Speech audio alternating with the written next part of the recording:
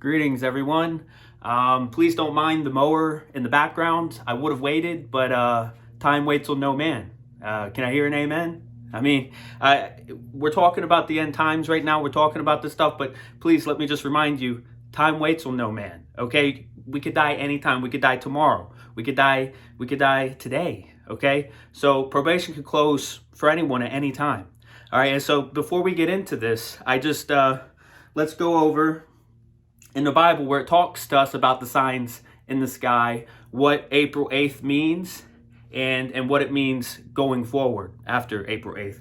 Let's just start with this verse found in Genesis 1:14. God said, "Let there be lights in the firmament of the heaven to divide the day from the night, and let them be for signs and for seasons, for days and years." And about those signs, we're also told that in the times we're living in, those signs in the sky, as well as others, shall increase. In fact, you know what? Jesus says it better than I can. This is found in Luke 21:25, and it says, "And there shall be signs in the sun, and in the moon, and in the stars, and upon the earth distress of nations, with perplexity, the sea and the waves roaring, men's hearts failing them for fear, and looking for those things which are coming on the earth, for the powers of the heavens shall be shaken." Okay, let's go into the updates, the developing things here. Look, okay, there's been a lot going on. First, I'm actually going to talk about the Baltimore Bridge a little bit more. Okay, the Baltimore Bridge was named after the guy who wrote our national anthem. Okay, I don't know, Francis something. You can look it up. He wrote our national anthem. That's a little bit symbolic, I guess, considering it's the state of Maryland, too. I could make a whole video about the state of Maryland. The Jesuits founded Maryland. The Jesuits did. A Jesuit named Andrew White. In fact, the White House was Andrew White's manor and state house. So every president is staying in the Jesuits' house. Okay, that's a whole nother story. So the bridge is actually the only thing that's right in the way of the main port, okay, of Baltimore, and there's a port there for one of the biggest Navy military bases that we have here in America, okay. And there's something else that's strange about this Baltimore Bridge that came falling down, okay, is the fact that you can look at every other bridge in Baltimore, every other bridge built that same way, even at the same time, every bridge like that. They all have concrete structures in front of the bridges, okay? But this one had no concrete structures right in front of the pillars of the bridge, has none. Okay, so it's almost as if they had always planned to have to take this bridge down at some point. Just a little odd. It seems very intentional to be the only bridge that they didn't put those things on. But moving on. As you guys know, lightning, you've seen the pictures of the lightning striking the Statue of Liberty, okay? All right. And then, of course, we had the earthquake in New York City. Now, there hasn't been an earthquake that big in New York City in over 200 years. Also lining up with the last time we had this X eclipse. Hasn't happened in over 200 years. Okay. And then also, I'm sure a lot of you have heard of the billions of locusts that are coming out. Now, this hasn't happened the last time this happened either. Okay. Two different types just happen to be coming out the same time, April 8th. So that's happening. That's another thing to add to it. Billions of locusts, okay? And then CERN, CERN is powering up the generators that day on April 8th. And let me just give you a quote from the Director of Research and Computing at CERN. This is what, at CERN. This is what Sergio Bertolucci, whatever, he sounds like some kind of Roman Italian guy. This is what Sergio said. "Out of this door might come something, or we might send something through it." That's what he had to say about CERN. In case any of you were still wondering if that's about the occult, it's definitely about the occult. I don't know if you guys have been noticing, the perfect rings of smoke that were coming out of the volcano, where is it, Iceland or something like that? Forgive me if I'm wrong, but you know what I'm talking about. Those perfect little circle rings. Very peculiar.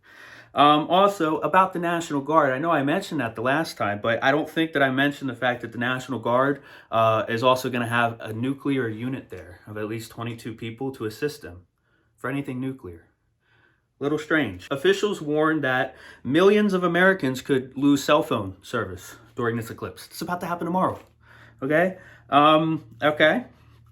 And the April eclipse, you know, right where it crosses that 2017, 2014, right where it crosses over a place called Little Egypt, which I'm sure many of you know, but there's more to the story than this. I know a lot of you know about Aleister Crowley. Okay, Mr. Crowley. Yeah, all the satanic writing rock stars, they all knew him. This is like, you know, he's the modern day, you know, satanic church guy, occultist. Anyways, it just happened to be on April 8th that Aleister Crowley first had this demon talk to him that led him to write his first book. And guess where this demon contacted him? It contacted Aleister Crowley on April 8th, contacted him in, let's see, Cairo, Egypt. Okay, and guess what the name of that entity was?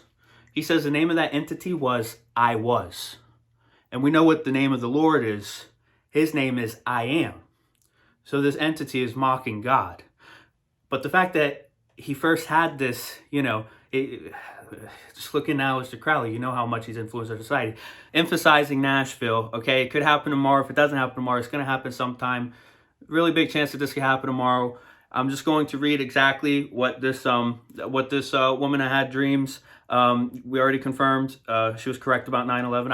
I could show you a lot of other things that have come true. This woman has said, but let me just emphasize this last point, okay, of what she said. She said there was a scene, and this is in a dream, you know, after the 9/11 thing takes place. There was a scene presented to me. I looked out of the window, and there was an immense ball of fire that had come from heaven, and it fell where they were casting buildings with pillars. Especially the pillars were presented to me. She said, especially the pillars were presented to me. Especially the pillars. There's no other place where they're casting pillars like that, okay, except for the, what is it, Pantheon? Let me see. Parthenon? I don't know. I don't speak Satan language, all right? This is the main point of the video, is going forward after April 8th. Because as we've read from that verse, okay, this is about all the cities. This is about all the cities. Let me just read for you. Actually, this is what this woman dreaming dreams was emphasizing the most before she died, was the cities. The cities. Let me just read to you what she wrote about the cities. We're living amid the last days. The wrath of God is preparing to come upon all the cities. Not all at once, but one after another. Okay, so just think about that. One after another. Now is the time to get out of the cities. This isn't just about Nashville, guys. This is April 8th and going forward. Now is the time to get out of the cities. If you haven't gotten the hint yet. I mean, you didn't get the hint from the pandemic. I mean, come on, get out of the cities. The first siege has happened. That was a global siege. You heard of the global mark of the beast? You can't buy or sell globally? Yeah, the Bible predicted that. Old Testament and New Testament pointing to that. And predicted that, but that was a siege, just like in 66 AD. In Matthew 24, Jesus that is talking about that siege. That's why no Christian died in Jerusalem at 170 AD on the siege. It's because they all knew the sign of the 66 AD. That was the first siege, but the Romans retreated for some reason, came back 3.5 years later. Now, if you guys didn't recognize that first global siege that just happened, you know, I mean, if you don't see that sign, you're going to be destroyed. All right. So, you know, if you really believe that the global pandemic was real and that wasn't a global assault on the entire globe, our freedoms, our wealth, everything for the common good, if you guys don't recognize that first sign, you will be destroyed. Just as all the Jews who didn't hearken unto the voice of the Lord, Deuteronomy 28, perfect prophecy of what came true in 70 AD. But the Jews that did hearken unto the voice of the Lord, they knew that sign, they got out. Not one of them died in 70 AD, the siege of Jerusalem. The Lord tells us, and there shall be signs in the sun. This is in Luke, guys. There shall be signs in the sun, and in the moon, and in the stars, and upon the earth, distress of nations, with perplexity, the sea and the waves roaring, men's hearts failing them for fear. Should you be afraid now? No, you shouldn't. No, you shouldn't. Okay? Men's hearts failing them for fear. and looking after those things which are coming on the earth, for the powers of heavens shall be shaken. Now look, this is, our only security is in the Lord, okay? The end of all things is at hand, okay? Our only security is the Lord. You see all the things happening. It doesn't matter. It's happening now, guys. It's happening now. It's happening more frequently, okay? It's time to choose ye this day whom ye will serve, okay? And you need to wake up, because the first global siege has already happened. And any time now, the last global siege, the mark of the beast. That's what the mark of the beast is, a global siege, guys. And Jesus Christ himself in Matthew 24 told us to compare the 66 AD and what happened in it to the final mark of the beast. Read it, Matthew 24. It's in Luke 2 as well. So this is only going to keep getting worse. So I can't stress enough. I don't care any city that you're in. If you're in the cities, please find a way to get out. Okay, find a way. Your life, depends on it. Just, find a way to do it. All right? And if there's really no way, pray about it. Pray to God, reach out to God. If you're in Nashville, please, I implore you to just take a vacation or something right now. If you doubt or whatever, pray to God about it. He'll make it known to you if you have a sincere heart. He'll send someone to you. The end of all things is at hand. And don't listen to anyone saying anything else, because it is. But you see, there's going to be a lot of false prophets in these last days. There's going to be a lot of false Christs in these last days. So the only thing that you can do is you have to read the Bible. You have to read it. You have to know it for yourself. You have to interpret for yourself. Don't listen to what I say. Don't listen to what anyone else says. That is your only ark. That's your only protection. You must know it for yourself. Isaiah 8:20. If they speak according not to this word, there is no light in them. It is your responsibility. Okay, so please read the Bible. Know it in your heart. That's your only ark. It's time to start building. Okay? All right? And this isn't the scary. This is the reality. Okay, repent. Repent. Is that not the message that every Christian is supposed to give out? You could die at any time. It's the end of the world for you at any time. Really. Probation closed at any time, but there's no denying that we are in the end of times. Speaking about Andrew White. Andrew White was a Jesuit. They founded the colony of Maryland. They called it Maryland. Imagine that. They're the ones who founded the colony. Okay, Washington, D.C. used to be a part of Maryland. Okay, and they're the ones who built up all of that. The White House that the president stays in is it was Andrew White's manor house in the State House for Maryland. Okay, and to the left, you see the state is called Virginia, Maryland. So it reads from left to right, Virgin Maryland. And then right in the center of it is Washington, D.C. Do you think that happens by accident? Just look at the Vatican. Okay, compare the Vatican to Washington, D.C. Spitting image. You guys starting to get the picture now? The word is your ark. The word is your ark. The word is the only thing. Please get out of the cities. Now's the time to get out of the cities. If what happened back didn't convince you enough, nothing will. It's time to get out of the cities, guys. And it's time to figure out just who you're serving and make adjustments as needed. And I'm preaching to myself right now, all right? So, anyways, I just want to leave it on a positive note, guys, because it seems like all you need, the 10 Commandments, so hard to keep, everything. So don't focus on that. You got to be like Moses when he held up the staff of the defeated snake, the staff of the defeated snake that was representing Christ on the cross. And everyone who looked at that staff of Moses, they were healed from the venom of the snake that bit them.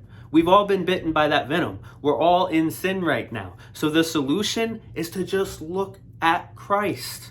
Look at him. How do you look at Christ? Christ is the Word made flesh. You look at him by reading his word. Behold it. That is what you need to do. Christ is the high priest. That's what it says. He's our high priest. He's the one who does the sanctifying in your soul, but you must behold him. Behold him and you will be changed. Worship him and you will be saved. Keep his commandments. Just behold him. Yes, it's hard. Don't focus on the flesh. Don't focus on the law. You won't be able to do it of your own power.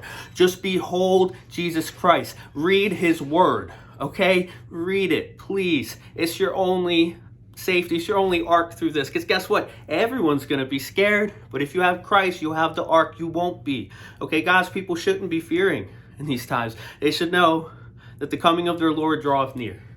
And so just please do that, guys. This isn't a time to be scared. Honestly, it's a time to be excited. And if you're scared, good. Fear the Lord. Behold him. And you'll see the peace will come. The fear will leave. So that's all I got to say. God bless, guys.